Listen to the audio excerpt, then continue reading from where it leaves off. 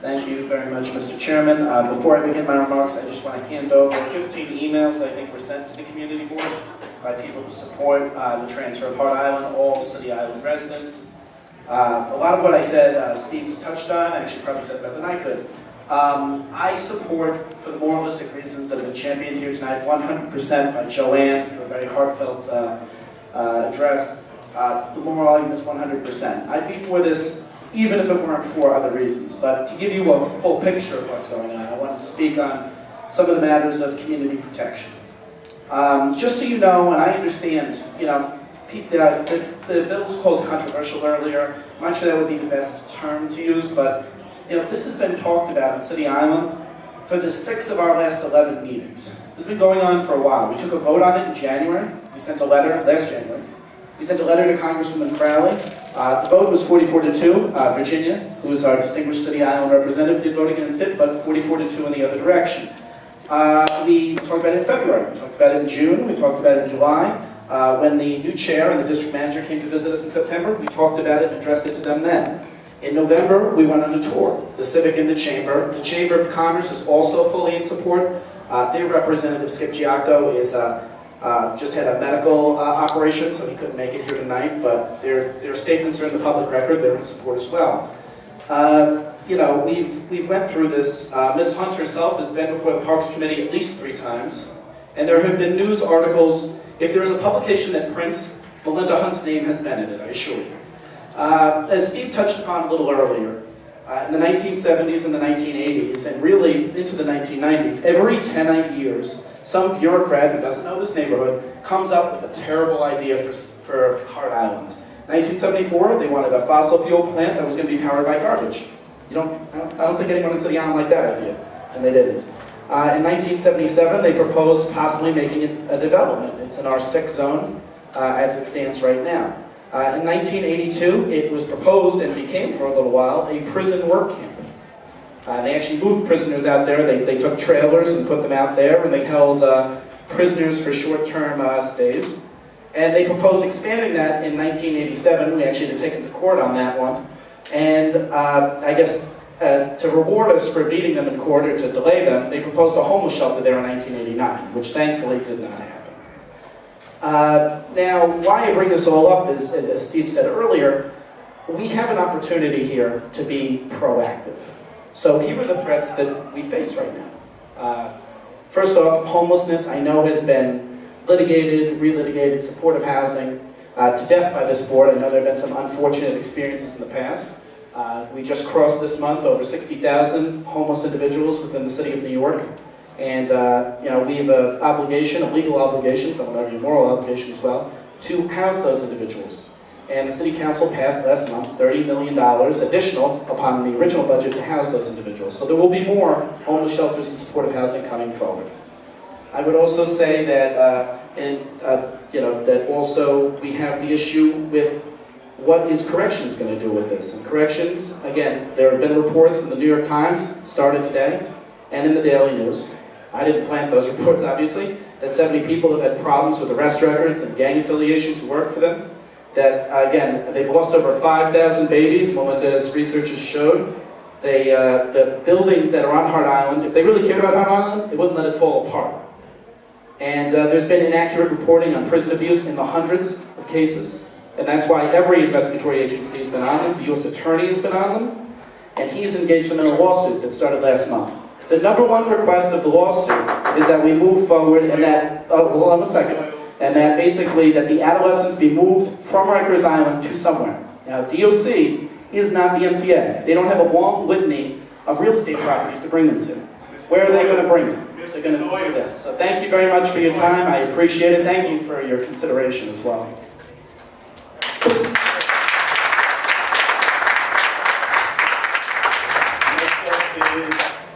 Ms. Barbara Dolens and Dolensic, I'm so sorry. 3 minutes. Go right ahead. Keep it. Hi, I'm Barbara Dolensic, and I'm speaking on behalf of the City Island Civic Association and also the City Island Historical Society to support the bill to transfer jurisdiction for Hart Island to the Department of Parks and Recreation. Anybody who has visited deteriorated since it was closed to the public when it was opened in the 1980s. The buildings are in such bad condition that most cannot be restored. The landscape is so badly tended that on a recent tour, the police van could not navigate parts of the island because of downed trees and overgrown brush. This is not surprising, as the Department of Corrections has no expertise in managing landscape or maintaining historic sites or dealing with public access beyond a limited visit to the gazebo. My hope is that the two agencies could partner in managing the island once a plan has been developed. It's not going to be developed if this is not, if the jurisdiction is not shifted. With DOC maintaining active burials and the Parks Department taking on the maintenance of the landscape in the areas where burials are no longer active but are threatened by storms, in the remediation of historic structures and artifacts, in administering limited visitation and preventing the undesirable city facilities such as the prison barges, the homeless shelters, and so forth that have been mentioned. You may not be aware that City Islanders raised a lot of money many years ago to prevent a lot of these things from happening. And it's clearly evident that the DOC is not equipped to handle much more than the burials or to keep these other things from happening on Hart Island, as is clearly evident in its present condition, which is disrespectful both to the deceased interred there and to their living relatives.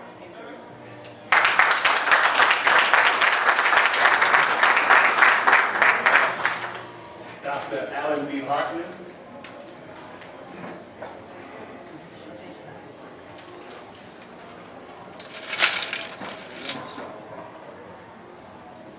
Good evening. My name is Alan Hartman. I'm the secretary for the Hart Island Project.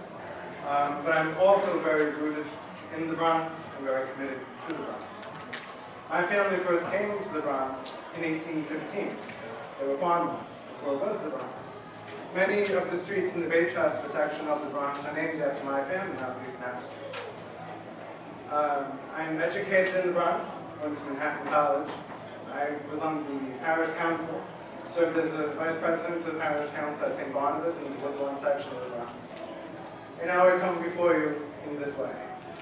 I have relatives buried in all three of the Bronx's major cemeteries, St. Mary's, Woodlawn Cemetery, and Hart Island.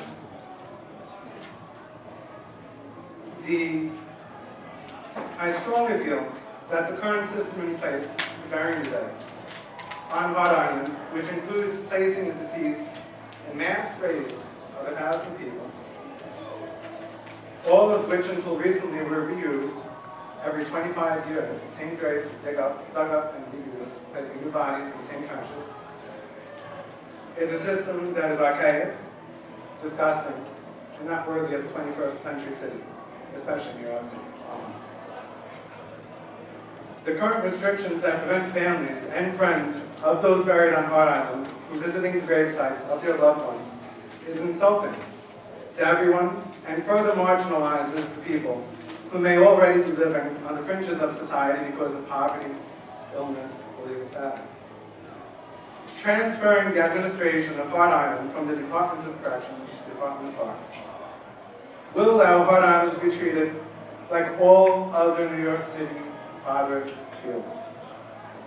These include Washington Square Park, Union Square Park, Bryant Square Park, Madison Square Park. It's our history, it's our heritage. Yeah, 1 minute left, sir.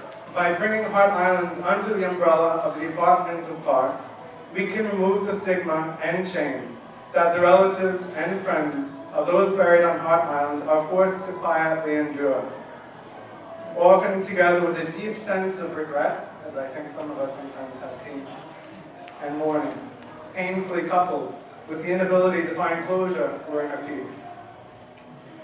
All of you here tonight have the ability, especially those who sit here, to help us reimagine how Hart Island is used and how it is administrated, and render dignity and memory to the approximately 1 million New Yorkers buried on Hart Island and their loved ones. Thank you.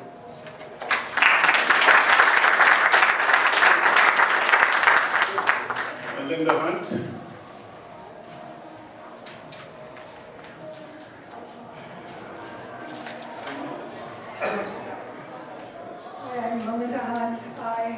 I founded the Heart Island Project in 1991 for the purpose of rephotographing Jacob Riis's first photographs. Essentially, the process of burial on Heart Island has not changed since 1890.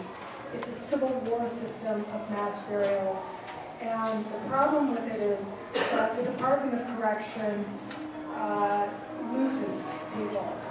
There are, from the 80s, 5 infant mass graves of 5,000 children. These children are listed in our database. We have an online database, and the Department of Correction doesn't know where those graves are. There are another 5 adult graves from the 1980s as well that have 150 bodies each in them, and those are missing. So I brought with me today evidence that the Department of Correction tried to transfer Heart Island to the Department of Parks before they moved off of Heart Island in 1966. Then again in 1981, I have a letter from the commissioner telling the city council that they can't manage the landscape. They can't, the place is being vandalized. They don't have enough hours because they don't have ferry service. They couldn't do it. This is 1981. Then I have a report from the Parks Department in 1989 where they're trying to get in and help them. And a complete overview of the landscape shows that it's quite an important wetland. It has a lot of rare birds that nest there that also need to be protected.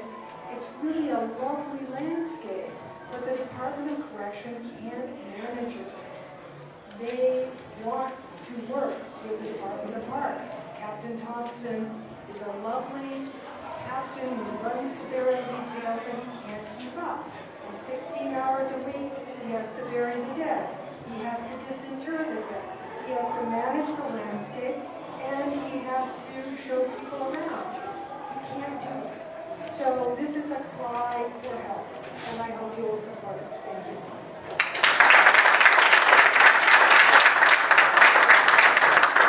Next up is Mr. Joe Otto.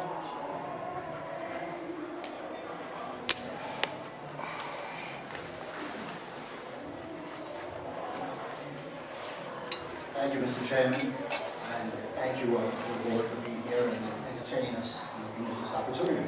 I'm here to speak against the transfer to the Parks Department, and the reason is very simple. They basically laid out my argument. Now, I am for improving the situation on Heart Island. Everything that was said is heart-wrenching. It's hard, you know, it needs to be changed. There's no two ways about it. I endorse their efforts and I'll back their efforts, but I disagree with the Park Department. If you listen to what's said, and was said very closely, that Heart Island is in disarray. Most of our parks are in disarray. You look at the monuments that the Park Department has. They're not maintained, they're not well kept. On the shores of Brooklyn, North Shore, we have a monument to Revolutionary War veterans. You walk by it, you would never know it. You just wouldn't know it. And if you're there in the middle of the week, you'll have the broken glass and everything else. Now, my main complaint is this. You transfer it to the Parks Department. The Parks Department is the city agency that is the last to be funded and the first to be cut. That's not going to change. That's the budgeting process for the city. We have to push the envelope and find another way to do it. Now, a statement was made about you have the park, you have transfer to the Parks Department, you come up with development plans, and develop this wonderful park. And it will be a wonderful park. But City Island has experience with the Parks Department.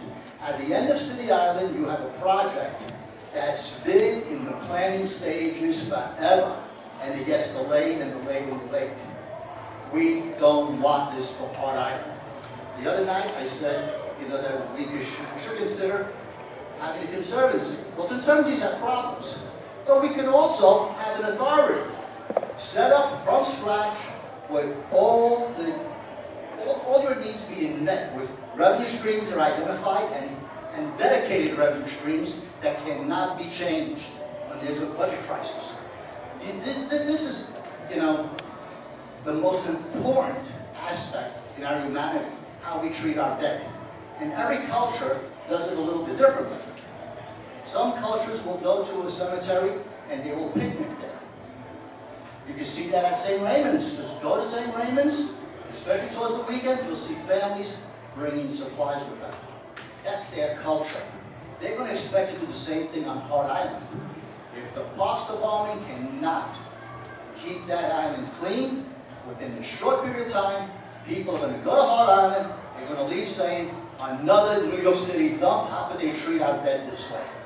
This is why I'm not in favor. I'm in favor for everything that the association is doing. I'm not in favor of the Parks Department. I do encourage looking into an authority. You can set up an okay.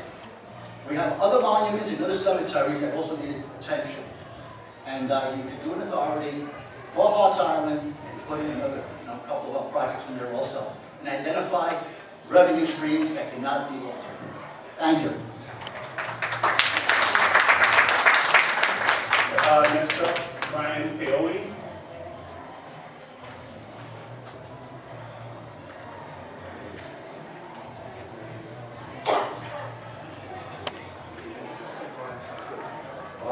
Hi, I'm Brian Paoli. I'm not here about Hart Island. I'm here about a quality of life. I live behind Havana Cafe, and the noise that comes out of that place all night long is just killing me. I was here to see if anybody could help me with this problem, and I've seen Kenny many a times. Talked to them with me. Nothing is happening. 311 complaints. 45th precinct all the time, every weekend. Just wish somebody here could help me out and let me know, please. Thank you.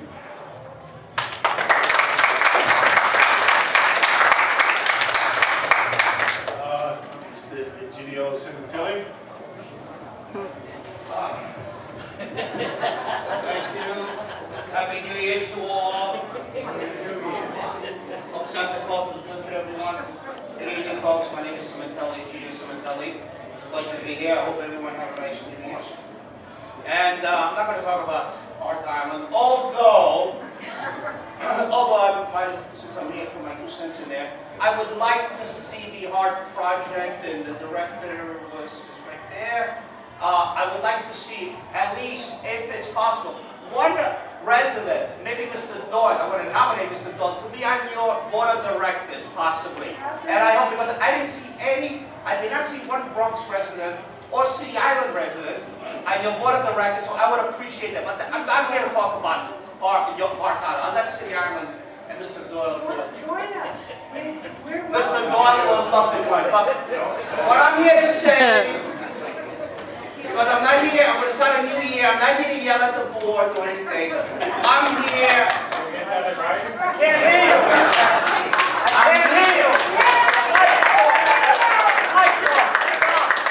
I'm here to talk about the only hope we have.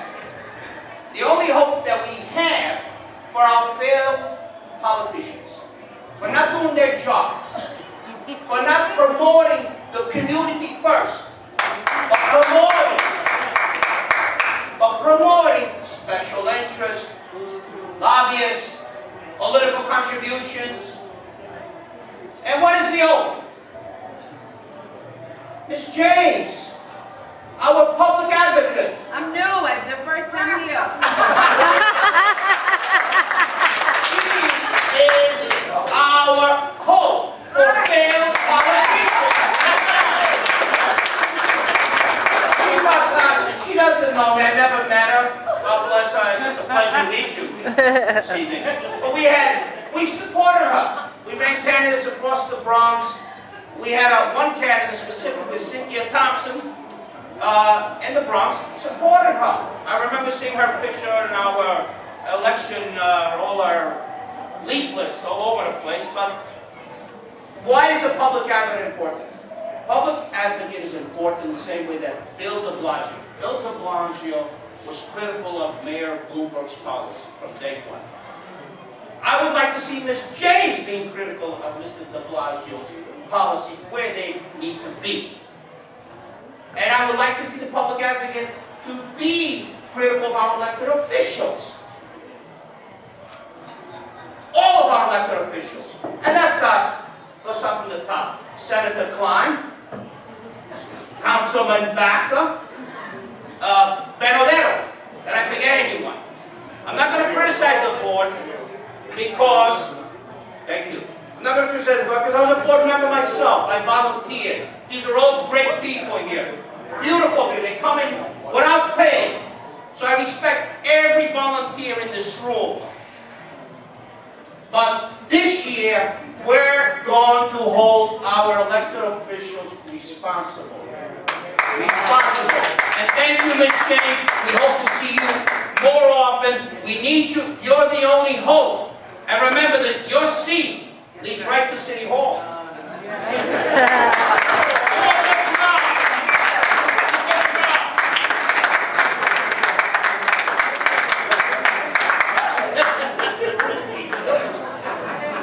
God bless you.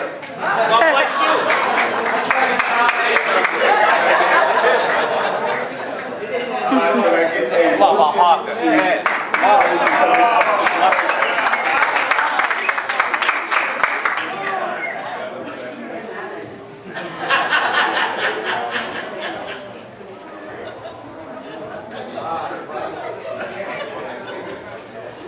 Okay, at this point, I'd like to get a motion to accept the minutes of the November. Public session, sorry.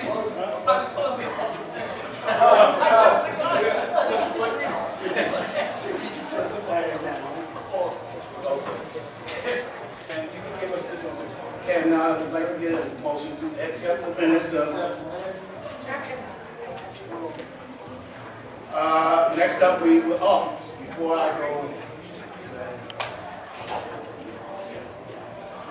I go forward, just like I mentioned to the members of the board, one of our fellow board members, Laverne Burrows, his father passed away, and there will be a viewing service held this Saturday at the Community Protestant Church at 1659 East Duncan Road. The time we had our moment of silence, I should have put that up for our consideration. To make that announcement. Okay, next up we will have the Borough President's report from Mr. Tom Kenya. Good evening, everyone. Happy New Year to all of you, and once again, thank you for your service. You can see by both the turnout of board members and the turnout from the community how important you are to this community and the volunteer work that you do. I will be brief. A couple of the items have already been covered, but since you all are here, and we've often talked about the need for even more of you, we are at the point that we are accepting new applications for community board members throughout the borough. This year, the law was changed so that youth to the age of 16 and above, beginning at 16 and above, can apply. We're encouraging as many young people who you think would be interested in serving on the board to fill out the application. And even if it's not for this particular board, if you have young people who may go to school in other parts of the borough, they are eligible to serve on those particular boards if they chose to as well. So we are looking forward to a group of young people to bring a young person's vision to the community boards throughout the borough. A couple of days ago, the mayor announced and had the first municipal ID launch. The borough president got his ID that day. You can go online, and you do have to make an appointment now to get your municipal ID. Anyone can get it. It is a document, a card which would allow you a number of different benefits. In fact, all of the cultural institutions are taking part, and you can get free membership. So it is something that you all should look at. I know at this point in the borough there are only 2 locations that they are producing the IDs, but I think as they move forward, they probably will be opening up some additional spaces. The borough president, along with Councilmember Rafael Spanal from Queens, recently submitted legislation to the City Council regarding the grading of nail and beauty salons. The public advocate mentioned her report, and this kind of goes along with what the public advocate found in her report. The borough president is looking for state approval to create a grading system similar to the restaurant system that you see on the restaurant doors, both for nail salons, spas, barbershops, beauty salons, etc. So that's the grand total of the bill. We'll be talking over the next couple of months and have hearings on that bill. And also we're looking to the state to authorize the city to create such a grading system. And just a couple of quick announcements on events. The State of the Borough event this year, State of the Borough speech, excuse me, this year is on February the 19th, and it's in your district. It's in Co-op City. It's actually in the new mall on the 3rd floor in the food court. Since space is strictly limited, you need to RSVP, so go to the website and you can RSVP for the State of the Borough. The panel for education policy, maybe for what you were talking about, Bob, is actually holding their meeting in the Bronx at the Taft Educational Campus on the 29th of January. Maybe you can talk about the issue that you brought up. All of these flyers are in the back. And then finally, two other things, excuse me. The budget hearing for fiscal 16, the Borough President's budget hearing, is being held on February the 9th, Thursday, at the District Attorney's Office at 198 East 161st Street. And then finally on Monday is the Remember the Legacy of Reverend Dr. Martin Luther King event, a community interfaith service at 10 o'clock at the Trinity Baptist Church on East 224th Street. Thank you.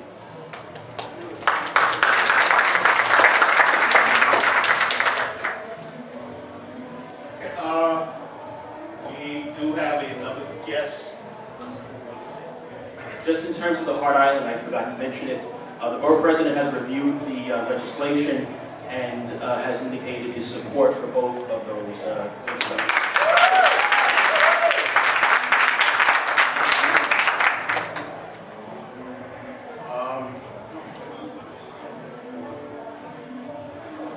Hi, at this point in time, we're going to break with the schedule and ask Mrs. Leach to come up from the Thriving Volunteer Ambulance Corps to just talk to us for 3 minutes about the good work that they do. Thanks, Mrs. Leach.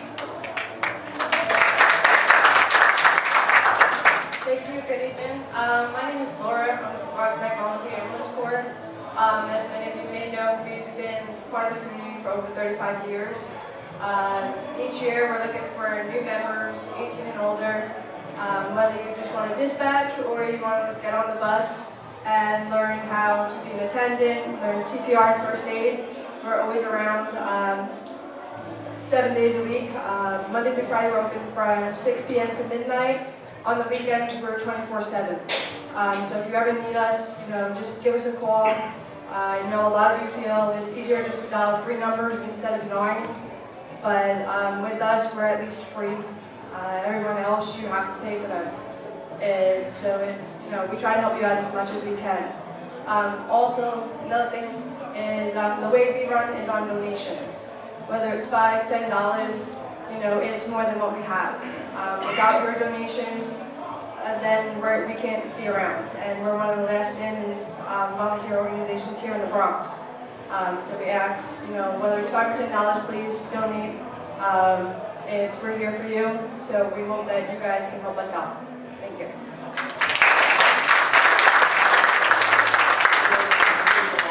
I just want to thank Laura for taking on the legacy of our prior long-member Bill,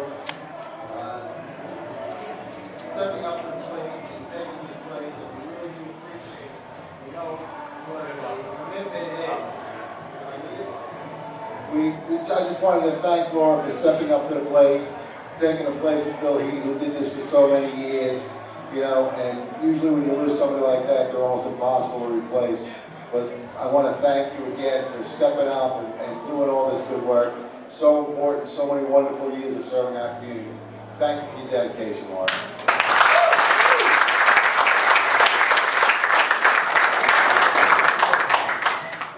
There was someone who also wanted to speak with us and they didn't come up earlier. Patricia Williams, is she still in the room?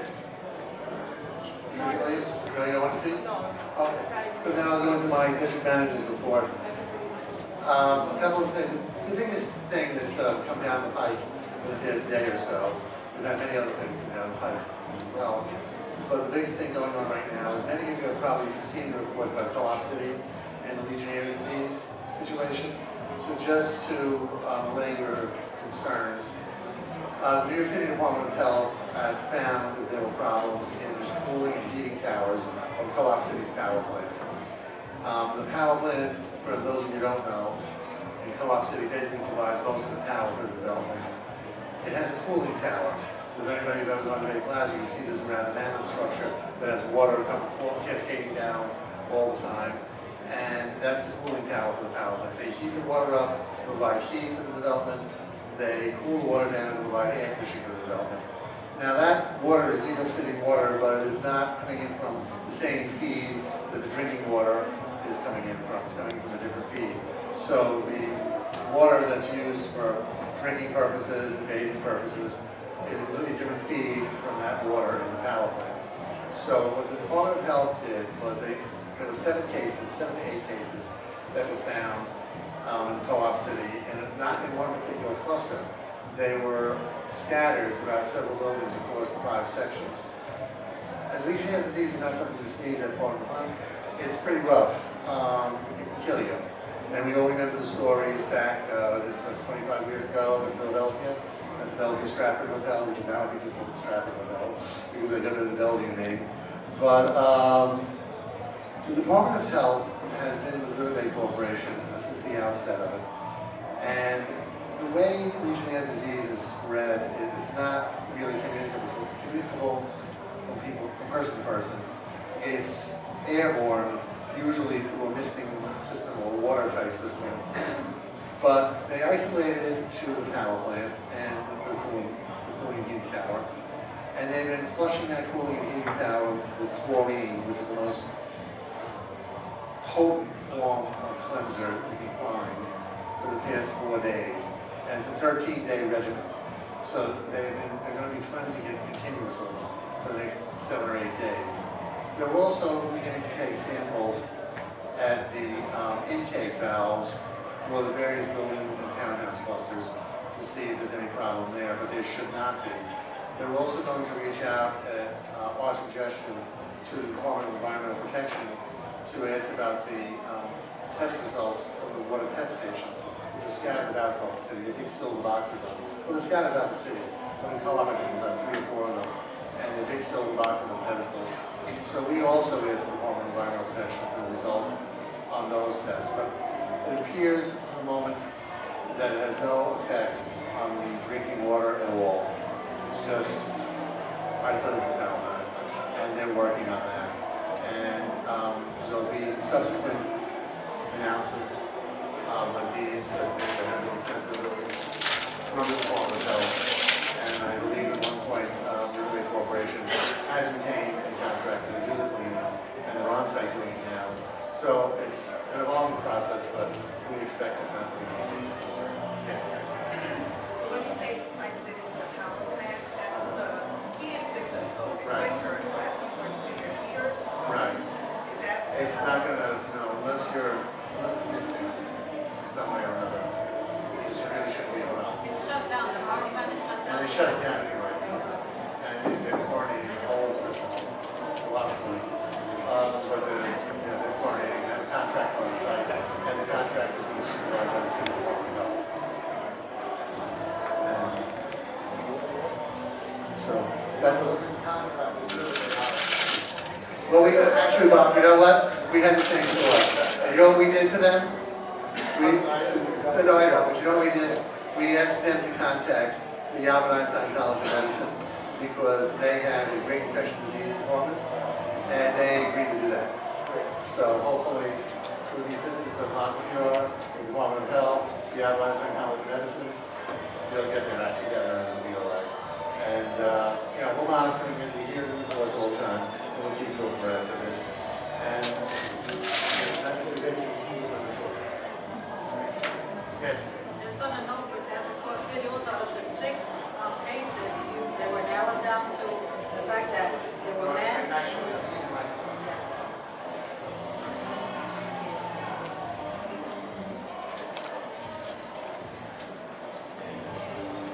and of the 6 cases that were found, they narrowed it down to 3 symptoms between the 3 of them. Between the 6 cases, they were men, they were smokers, and they were all around the St. Barnabas Hospital. So they're concentrating on any areas around St. Barnabas where the Legionnaire's disease began. What, 6? Huh? What, 6? 4 to 6. Well, no, I said St. Barnabas. Yeah, lots of what's 6? That's my own problem. And also, they're gonna be checking, they're gonna also start checking in Bay Plaza